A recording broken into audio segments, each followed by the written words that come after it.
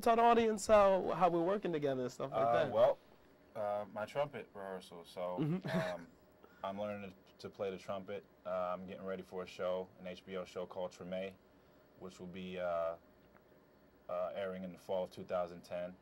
And I play Delmon Lambro, and I'm a trumpet player. That's why Nabaté is taking time out of his busy schedule to help me play, but I'm still terrible. So we got a lot more work to do.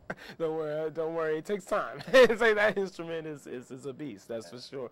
But about Treme, it's very interesting. About it's post Katrina. Yeah, it takes place. Post Katrina reconstruction in New Orleans, and it's about basically families and just regular people trying to figure out how to rebuild. And there's people trying to find their family members. There's people trying to rebuild their homes, their businesses, and things of that nature. So that's where we start. And it's a David Simon show, so he leads the way, and I'm just lucky to even be able to follow him. So I'm looking forward to see where the show goes. And it has the same feel as The Wire, which was his show. I mean, I imagine so, but due to the difference in content. Oh yeah, of course, right. We'll see what happens. Mm-hmm. Yeah, but I haven't even seen the pilot yet, but I tell you what, the script, that make it right. Yeah. I'm just excited to get started. I'm really excited to work with him. But definitely, subject matter is important, and for a city that's still not getting the government support that they should receive. That's for sure. And but wanted to move on to a film that I've enjoyed very much, and it was a film that needed to be made, and this gentleman needed to be talked about by the name of Ernie Davis, and talk about, first of all, how when you read the script and when you auditioned for it, like how much did Ernie Davis mean to you, how much you wanted to have this role? Well, when I read it, upon reading it, I figured it was my role to lose. It was the first time that's ever happened, but it was just, it was perfect, and I just figured I had to do it, and that was a year prior to the film even being in production. So we tracked it, and I was in school at the time. We just tracked it, and I'd finished Stop Loss, and went back to school, enrolled, actually registered for classes, and then had to fly back and forth to screen tests, and I was in limbo for a minute there because, they wouldn't tell me, what their decision was, and I didn't know if I was going to school or not. But, I guess they were just trying to make sure they had the right person, which they should, because Ernie Davis is a serious, his story is a serious one, and they wanted to make sure they had the right guy. So. That's basically what the process was. I went out, screen tested it, and then I guess a couple weeks went by, and they made their final decision. So, and I got to work with Gary Fleeter and Dennis Quaid, Omar Benson Miller, Charles Dutton, Nicole Bahari, and it was just a good experience, and the story definitely needed to be told. Give your assessment on if Ernie Davis did not get diagnosed with leukemia and he ended up dying at the age of 23 years old. Talk about if he was healthy, what would have been the impact he would have made in the NFL? Most people would say that's hard to tell, but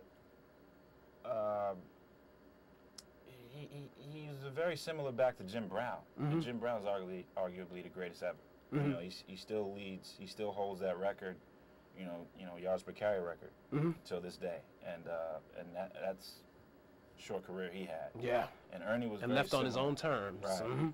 Ernie was similar, big back, fast as the wind. He just as much put his foot in the ground and go around you and score.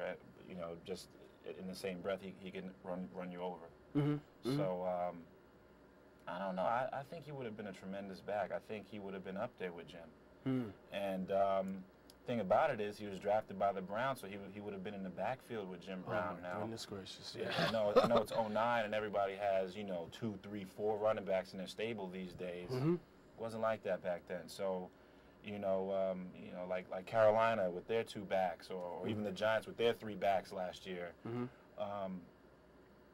It's tough on defenses whenever you got fresh legs Now, if you got Jim Brown's legs and Ernie Davis, who knows what would have happened? That might have been the first team ever to have 2,000-yard running backs. Right. You know, so I think it would have been something special. Not only because Ernie was special, he could have been drafted by anyone and been a phenomenal player, but to be in the field with Jim, with Jim Brown, who knows what would have happened? I would have loved to see that.